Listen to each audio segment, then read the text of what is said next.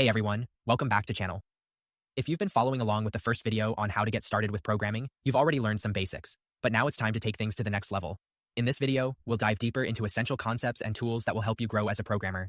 So, let's jump in. In this video, we'll quickly recap variables, loops, conditional statements, functions. These are your programming essentials. If you're unclear on any topic, keep practicing for confidence. Data structures are ways to organize and store data efficiently. Key types include arrays, lists of related items, dictionaries, key value pairs for mapping, sets, unique collections of items. Mastering these is essential for effective problem solving in your projects. Next up, object-oriented programming, or OOP.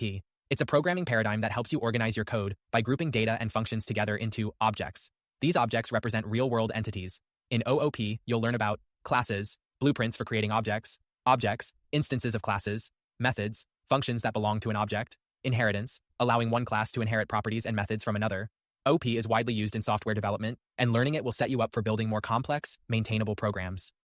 At this point, it's time to tackle algorithms, step-by-step instructions for solving problems. Programming isn't just about writing code, it's about solving problems efficiently. Here are some algorithms and techniques to get you started. Sorting algorithms.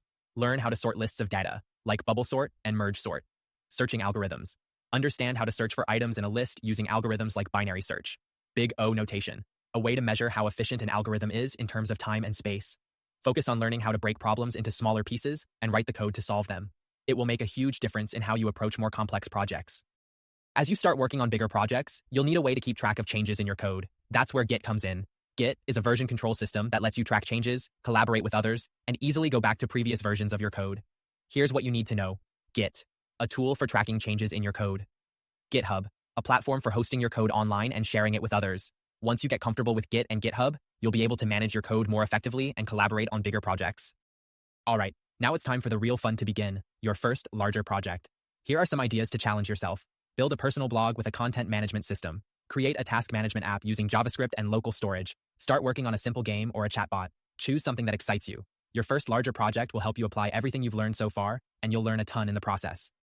Programming is a continuous journey, and the key is to keep experimenting, building, and learning new things. Dive into new languages. Each language teaches you something different. Explore frameworks and libraries that make coding faster and easier. Look at open source projects to see how others are solving problems. Remember, don't rush. Take your time and enjoy the process. And that's a wrap on the next step of your programming journey. Keep practicing, keep building, and most importantly, keep challenging yourself. The more you do, the more you'll grow as a programmer. If you found this video helpful, don't forget to like, subscribe, and hit the bell for more content. Also, drop a comment letting me know what project you're working on. Thanks for watching, and I'll see you in the next video.